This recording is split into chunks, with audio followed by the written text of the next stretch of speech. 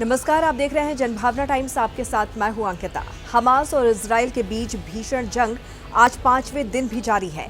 इस युद्ध में अब तक 3000 से ज्यादा लोग जान गंवा चुके हैं। 7 अक्टूबर को हमास के लड़ाकों ने दक्षिणी इजराइल में हमला किया और भारी तादाद में घुसपैठ की। इसके बाद इजराइल में युद्ध की घोषणा कर दी गई थी। इस हमले से दुनिया हैरान है तो इजराइल फिलिस्तीन का नासूर एक बार फिर से सबके सामने आ गया है, जिसका मास्टरमाइंड हमास की मिलिट्री विंग का चीफ मोहम्मद दाइफ बताया जा रहा है। लेकिन आखिर कौन है मोहम्मद दाइफ, जिसे इजराइल ने नया ओसामा बिन लादेन करार दिया है? 7 अक्टूबर को तड़के इजराइल का आसमान हजारों मिसाइलों की आवाज से गरज उठा था। इजराइल पर हमास के 1500 से ज्यादा आतंकियों ने जमीन से लेकर हवा तक में भीषण हमला बोल दिया था। हमास के आतंकियों ने बच्चे, बूढ़े, औरतों को भी नहीं छोड़ा। इजराइल का मानना है कि हमास के सबसे बड़े हमले के पीछे मोहम्मद दाइफ का ही दिमाग है। ये वही मोहम्मद दाइफ है जिसे इजराइल ने मोस्ट वांटेड आतंकी घोषित किया हुआ है। इजराइल ने मोहम्मद दाइफ को नया ओसामा बिन लादेन करार दिया है। मोहम्मद दाइफ हमास की मिलिट्री विंग कास्म ब्रिगेड का चीफ है और पिछले 21 सालों से इसकी अगुवाई कर रहा है।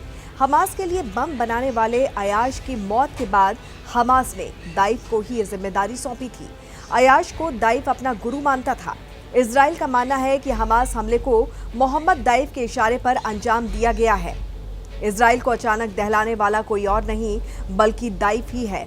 ये इतना शातिर है कि इजराइल की खुफिया एजेंसी मोसाद ने 58 साल के मोहम्मद दाइफ को मारने की 7 बार कोशिश की, लेकिन वो हर बार नाकाम रही।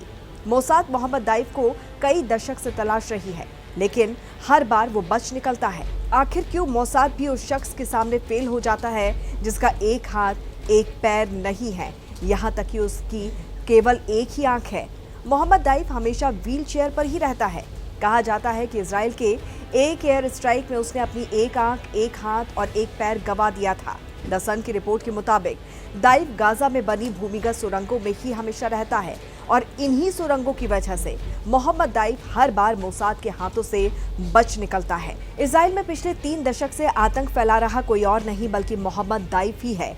ये भी बताया जा रहा है कि इजराइल पर हुए हमले को मोहम्मद दाइफ ने बदला बताया है और कहा है कि ये गाजा को 16 साल तक दुनिया से काटने का बदला है। दाइफ हमास के लड़ाकों को रिकॉर्डेड मैसेज देता है कि कब्जा करने वाले को बाहर करो और दीवार गिरा दो। मोहम्मद दाइफ का जन्म 1960 में गाजा पट्टी के खान यूनिस रिफ्यूजी कैंप में हुआ था। उसका पूरा नाम मोहम्मद दाइफ इब्राहिम अल-माजरी है। दाइफ जब गाजा यूनिवर्सिटी में पढ़ता था तभी वो हमास के करीब आया और इसी वक्त कई फिलिस्तीन नौजवान इजराइल के खिलाफ जंग में कूद रहे थे। वहीं एक बार फिर से दाइफ इजराइल के लिए काल बनकर उभरा है। बहरहाल इसको लेकर आपकी क्या राय है, जरूर बताइए। जुड़े रहिए जनभावना टाइम्स के साथ। नमस्कार।